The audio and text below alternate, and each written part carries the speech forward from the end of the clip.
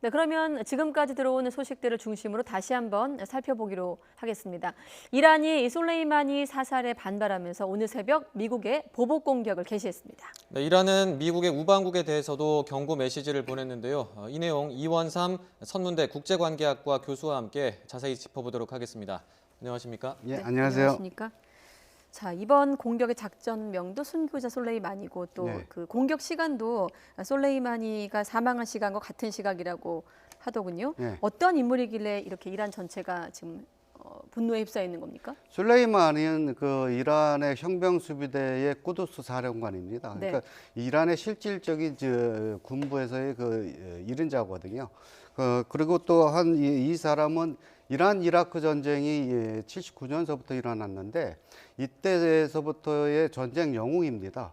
그러다가 이제 이때는 이제 미국이 이라크를 지원했고 그다음에 이라크가 이제 반미로 돌아서면서 9.11 사건이 일어나고 나서부터는 2003년에 미국이 이라크를 공격하게 됩니다. 이때 생겨난 것이 시아파 벨트입니다. 그러니까 이란을 중심으로 해서 그 옆에 이라크, 시리아, 그다음에 레바논의 히즈볼라까지 이렇게 연결되는 그 루트가 생겼거든요. 그러니까 이것을 제일 먼저 주동하고 그러니까 여기 이 벨트 안에서 반미 시위를 주동했던 것이 바로 이 인물입니다. 네. 이란 입장에서는 굉장히 중요한 인물이기 때문에 그 이란에서는 계속 이제 보복을 강조해 왔습니다. 그런데 이번에 이제 첫 행동으로 이라크 안에 있는 미군 기지를 공격했는데 이 여러 다른 방법도 있을 텐데 이라크 내 미군 기지를 공격한 이유 어떻게 분석하십니까? 이건 뭐 전략적으로 가장 손쉬울 겁니다. 그러니까 지리적으로 이란서 굉장히 가깝고 그다음에 이라크 안에 중요한 그 미군 기지들이 많이 있습니다. 네. 그러니까 IS 격퇴나 뭐 테러 세력들을 격퇴하기 위해서 여기에 중요한 미군 기지들이 많이 있거든요. 네, 지금 마침 교수님 옆으로 지금 미군 기지들의 어떤 자료가 나가고 있거든요. 뭐 아인 알 아사드 공군 기지도 있고요. 에르빌 기지, 우리에게 친숙한 기지들인데 네. 조금 더 자세히 좀 설명해 주시죠. 예. 이제 그러다 보니까 이제 이란으로서는 이제 먼저 자국 내에서 미사일을 발사해도 이라크까지는 손쉽게 다가갈 수 있기 때문에 그러니까 먼저 여기부터 이제 공격을 하기 시작을 한 거죠. 예. 그러니까 앞으로 뭐 일단 가장 손쉬운 방법을 택했고 또 이제 추가적으로 다른 이제 물론 미국이 어떻게 대응하느냐에 따라서 이란도 뭐 그 수위를 올려가겠지만 좀 그 이란이 또 고려해볼 만한 또 다른 뭐 보복 공격이라든지 이런 방식 어떤 게 있을까요? 그럼 뭐 여러 가지가 있습니다. 그러니까 이런 방법들을 계속하거나 아니면 이제 중동 내에 있는 미국 대사관을 공격한다든가 그러다가 이제 미국이 이제 여기에 다시 이제 반격을 하게 되면 미국의 우방국으로 불리는 나라들을 공격하겠다고 지금 천명했거든요. 네. 그 대표적인 게 UAE와 이스라엘입니다. 그러니까 여기까지 공격을 하게 되면 당장 이제 문제가 생기는 것이 이제 호르무즈 해협입니다. 이제 그러다 보니까 이 우방국이라고 하는 것이 이제 이란에서는 어떤 나라가 우방국이냐 하는 건데 이것은 바로 이제 요번 미국의 정책에 동참하는 나라를 이제 우방국으로 지금 간주를 할 겁니다. 예. 그렇군요. 지금 보면 13가지 보복 시나리오를 이란이 고려하고 있다. 이렇게 이란 측에서는 주장을 하고 있는데 이란이 공격을 할 때도 그렇고 미국이 반대로 또 역공을 할 때도 그렇고 이 국제법을 준수해가며라는 표현이 있거든요. 이를테면 어느 정도의 어떤 그 규정이 마련되어 있는 겁니까? 국제법 준수는 거의 네. 힘들 겁니다. 그러니까 단지 지금 트럼프가 이란을 재공격할 때는 52개국 지역을 제가 타격을 주겠다 했는데 그 안에 이제 문화재가 있었거든요. 네. 고대 페르시아의 문화재들이 있었는데 이제 그것은 각 나라에서 이제 비판이 워낙 심하니까 지금 한 발짝 물러선 건 거지만 그거 외에 다른 부분들은 뭐 인도적인 거나 뭐 이런 걸 고려할 여지가 없을 겁니다. 네. 그렇군요. 어쨌든 반격을 한다거나 공격을 한다는 건 이미 국제법을 어겼다고 볼 수 있는 거기 때문에. 그렇죠. 지금 서로들 국제법을 어겼다고 지금 주장하고 있거든요. 예. 네, 지금 저희가 화면으로 전해드리고 있는 게 이란의 최고 지도자 하미네이가 뭔가 이야기를 하고 있다고 하는데 이게 지금 어떤 내용을 이야기를 할지도 이 부분에 지금 관심이 쏠리고 있거든요. 좀 어떤 이야기를 하고 있는지를 저희가 좀 내용이 정확히 전해지면 또 전해드릴 텐데 일단은 이제 오늘 밤에 이르면 우리 시각으로 오늘 밤에 트럼프 대통령이 이제 대국민 성명을 예고를 하고 있습니다. 오늘 밤에 이르면 오늘 밤에 이제 어떤 결정을 할지가 굉장히 주목이 되는데 어떻게 전망하십니까? 지금 미국으로서도 이게 쉬운 문제는 아닐 겁니다. 그러니까 지금 외신에 나오는 걸 보면 국무부와 국방부 간에도 지금 의견이 조율되어져 있지 않고 지금 우왕좌왕하는 거다 보니까 지금 이것을 좀 조율을 해서 이제 어떻게 대처를 할 것이냐 하는 건데 네. 이것이 만약 그 트럼프가 공언했던 대로 이란 본토를 공격하게 되면 이란으로서도 이제 가만히 있지 않을 거거든요. 또 이란에서도 미국 본토까지도 공격할 수 있다라고 이미 천명을 했기 때문에 네. 그렇게 되면 이제 걷잡을 수 없는 확전으로 가게 됩니다. 그러니까 미국의 입장으로서는 거기까지 갈 수는 없고 왜냐하면 지금 미국은 중동에서 발을 빼겠다라고 해서 병력을 빼고 있었거든요. 그런데 이제 이런 사태가 계속 커지면 다시 거기에 지금 이미 병력이 투입되기 시작을 했고 예. 네. 계속 그쪽에 이제 발을 들여놓을 수밖에 없는 상황이 되다 보니까 미국으로서도 지금 곤욕스러운 부분이 있습니다. 사실 이 이야기를 좀 다시 처음으로 좀 돌아와서 이 솔레이마니가 사살됐을 때 트럼프의 어떤 이런 전략에 대해서 비판적인 시각이 좀 있었거든요. 예. 교수님께서는 이야기를 좀 돌려왔을 때 지금의 어떤 트럼프 대통령의 대응 사실 무모하다는 또 의견도 있었는데 교수님은 어떻게 좀 평가하십니까? 그러니까 미국으로서는 술레마니가 그 이 시아파 벨트를 조정을 해서 계속 그러니까 미국의 기지나 아니면은 이 대사관을 공격한 주동 인물이라고 지금 생각을 하고 있었거든요. 네. 그러니까 무기의 입장에서는 이 사람만 제거를 시키면 이제 이런 것들이 좀 많이 제거될 거다라고 생각을 해서 했던 건데 네. 사실 그 이라크를 공격해서 그러니까 이라크의 허가도 안 받고 남의 나라를 공격한 거거든요. 정부에 알리지도 않고. 그렇죠. 예. 그러니까 이건 분명히 이제 국제법상이고 위반이고 물론 미국에서는 이제 급박한 상황이었기 때문에 그냥 했다라고 이제 얘기는 하고 있지만 네. 그 급박한 상황이 어떤 거라는지는 아직도 밝히고 있지 않습니다. 그러다 보니까 이란에서는 이제 그런 부분들을 지금 강력히 이제 비판을 하고 있고 거기에 대응해서 자기네들도 이제 그런 공격들을 하겠다라고 하는 거거든요. 그런 네. 관점에서 좀 연결해서 질문을 드리면 대선을 앞둔 트럼프가 좀 이란과의 갈등을 무리하게 좀 키웠다고 볼 수도 있을까요? 뭐 그런 면도 있고 아닌 면도 있습니다. 그러니까 긍정적인 면은 이제 그 트럼프 입장에서 보면 네. 지금 지금 의회에서 계속 지금 몰리고 있는 상황이거든요. 네. 청문회니 뭐니 해갖고 그러다 보니까 이제 이 사태를 갖고 이제 그런 것들을 이제 일단 잠재울 수 있고 그다음에 이제 보수파를 결집시키는 데는 아주 좋은 계기가 될 겁니다. 그렇지만 이것이 이제 조금만 더 지나가게 되면 네. 반전 여론이 굉장히 확산될 것이기 때문에 그런 면에 있어서는 선거에서 또 불리합니다. 네. 그렇군요. 알겠습니다.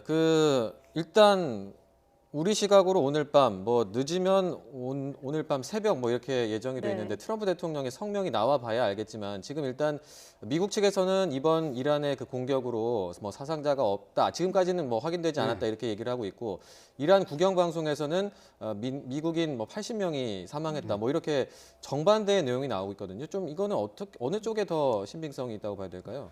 그래서 이제 이것은 좀 시간이 지나봐야 알 수 있는 것들이고요. 네. 그러니까 서로들 자기네들의 성공을 지금 주장하고 있는 편이거든요. 예. 그러니까 실제로 인명 피해가 없다라고 하면 미국이 여기서 이제 적당한 선에서 어떤 외교적인 노력을 하려고 할 것이고 네. 실제로 이제 근데 이란의 말대로 80여 명 이상이 사상을 당했다라고 하면 미국으로서도 지금 가만히 있을 수 있는 그런 형편이 아닙니다. 예. 그러다 보니까 지금 어느 말이 맞는지는 좀 더 이제 시간이 지나봐야 알 것으로 보입니다. 이란 주장대로라면 정말 그렇게 그 정도로 인명 피해가 발생했다면 거의 정말 전면전으로 갈 가능성도 있다고 보시는 건가요? 아니 미국으로서는 이란은 본토를 공격해서 전면적으로 가는 것은 미국으로서도 상당히 부담이 큽니다. 왜냐하면 이라크 전쟁을 해봐서 예. 이라크와 그다음에 아프가니스탄 전쟁을 해봐서 거기에서 얼마나 어려웠다는 것을 이미 경험하고 있거든요. 네. 근데 그걸 다시 또 이란하고 한다는 것은 이란은 그거보다 국력이 훨씬 셉니다.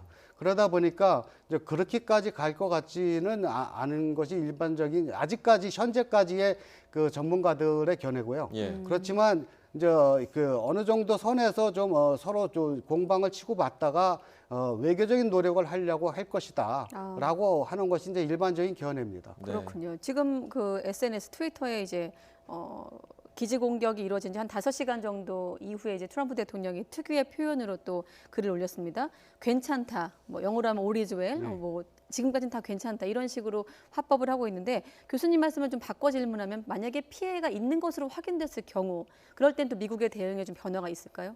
대응의 변화가 있을 겁니다. 그러니까 이란 본토까지는 아닐지 몰라도 네. 아니면 본토의 극히 일부분만 하던가 아니면 피해, 그러니까 이란 입장에서 볼 때 피해를 좀 적게 낼 수 있는 그런 지역을 하던가 아니면 지금 이라크나 이 레바논 쪽에 이란 군대들이 가 있거든요. 바로 여기를 공격한다든가 뭐 이렇게 돼버리면 뭐 그거는 어느 정도 좀 나중에 타협의 여지가 좀 있습니다. 그러니까 서로의 우방국들을 건드릴 가능성도 있겠네요. 네, 그렇습니다.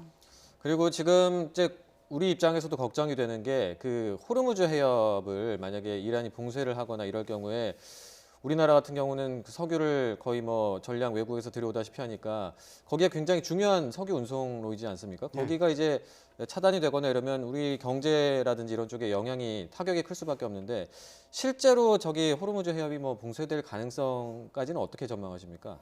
이란의 마지막 카드가 호르무즈 봉쇄라고 생각을 합니다.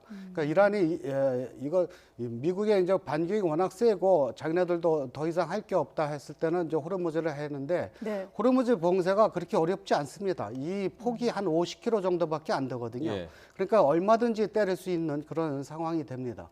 이렇게 될 경우 우리나라가 이건 우리나라뿐만 아니라 세계 경제에 미치는 영향이 굉장히 큽니다. 그러니까 세계 원유의 약 30%가 이 길을 지나가거든요. 특히 우리나라는 수입되고 있는 원유의 70%가 이 길을 지나갑니다. 주로 이제 사우디, 쿠웨이트, 이라크 이런 데서 수입을 하기 때문에. 예. 그러다 보니까 이제 세계적인 경제가 굉장히 타격을 많이 받기 때문에 이란으로서도 이렇게 되면 미국뿐만 아니라 이제 전 세계에서의 비난 여론이 쏟아질 수 있는 확률이 있기 때문에 이건 이제 마지막 카드로서 쓸 확률이 있습니다. 네, 앞서 저희 특파원들 연결해 보니까 중국이나 일본도 사실 우리의 어떤 대응과 맞물리면서 관심을 받고 있는데 중국은 중동산 원유 수입 1위 국가이기 때문에 또 사태를 대해서 촉각을 곤두세우고 네. 있고 일본 같은 경우는 평소에 이제 아베 총리가 이란과 미국 사이에서 중재에 좀 자신감을 내비치다가 좀 발뺌을 하기도 했습니다만은 아무튼 지금 현재 상황에서는 좀 말을 아끼고 있거든요. 좀 굳이 이제 중국과 일본을 본다면 우리하고 어떻게 좀 고민이 다른 겁니까? 중국은 이란하고의 관계가 굉장히 좋습니다. 그러니까 미국이 계속 경제 제재를 하는 동안도 중국과의 그 수출입은 굉장히 많이 이루어지고 있었거든요. 네. 그리고 중국은 이 해로로 오는 것뿐만 아니라 육로로도 이미 되고 있기 때문에 네. 이제 특히 중국은 이제 중동 쪽에 정치적인 부분은 개입을 안 하면서 경제적인 부분만 계속 하고 있었거든요. 예. 근데 문제는 일본입니다. 문제는 일본이 그동안 뭐 자기네들이 이렇게 주선을 할 수 있다라고 했는데 이게 지금 완전히 틀어지고 있는 상황이거든요. 그렇다면 이제 자기네들이 이미 발표했던 내용들을 이걸 어떻게 주워 담아야 되느냐를 고민할 겁니다. 그렇군요. 알겠습니다. 그리고 아까 이제 좀 이야기가 나왔던 부분이긴 한데 이번에 그 이란이 이라크 미군 기지를 공격을 하면서 이후에 이제 아랍에미리트의 두바이 그리고 이스라엘의 하이파 두 도시를 언급을 하면서 구체적으로 언급을 하면서 여기도 조심해야 된다 이렇게 경고를 했거든요. 이거는 왜 굳이 이 두 도시를 꼽은 겁니까? 그러니까 UAE가 그 미국인 것은 뭐 이미 잘 알려져 있지만 네. 그 전까지는 그 두바이가 발전할 수 있었던 것은 사실은 이란으로 가는 무역의 중개 무역을 통해서 발전하고 수 있었거든요. 예. 네. 그런데 이제 이건 이제 지나치게 이제 친사우디아라비아 쪽으로 이제 가기 시작하면서 강경하게 나오기 시작을 하니까 네. 그리고서 이제 이게 예멘의 전쟁일 때 후티 반군을 지원해 준 게 이란입니다. 그런데 그거에 맞선 이제 정부군을 지원해 준 게 또 UAE거든요. 네. 그러다 보니까 이제 UAE도 조심해야 된다라고 이제 얘기를 하고 있는 겁니다. 예. 네. 자, 끝으로 뭐 앞서 계속 강조했습니다만 우리 시각으로 오늘 밤에 미국 트럼프 대통령의 성명이 어떻게 나올 것인가에 따라 또 앞으로 미국과 이란의 대응이 좀 달라지겠습니다만은 앞서 외교적 절차에 대한 어떤 언급도 하셨거든요. 만약에 지금 시점에서 국제사회 차원에서 노력을 한다면 어떤 식의 중재 또 외교적인 절차가 가능할까요? 이거 아마 양 당사자가 직접 만나서 하는 것은 그렇게 쉽지 않을 겁니다. 그러니까 굉장히 시간도 오래 걸릴 것이고 그렇지만 이제 EU를 통해서 접근하는 방법은 가능하거든요. EU? 예. 그러니까 왜냐하면 EU와 그동안 포괄적인 핵 합의를 해서 물론 거기 미국도 있었습니다만은 근데 이제 미국이 트럼프 들어오면서 이제 탈퇴를 했고 그러면서도 이제 EU는 계속 그걸 지키겠다라고 이제 공언을 해서 네. 이란도 그래서 이제 뭐 거기서 탈퇴는 안 하고 있었던 상황이었었거든요. 이제 그런 것들을 보면 EU가 이제 중간에서 좀 어느 정도 미국이나 이란 보고 어느 정도 양보안을 좀 받는다면 둘이 이 가운데에서 어떤 조절의 역할을 할 수 있을 겁니다. 네. 네. 알겠습니다. 네, 지금까지 이원삼 선문대 국제관계학과 교수와 함께 중동 상황 짚어봤습니다. 오늘 말씀 고맙습니다. 네, 고맙습니다, 고맙습니다. 교수님.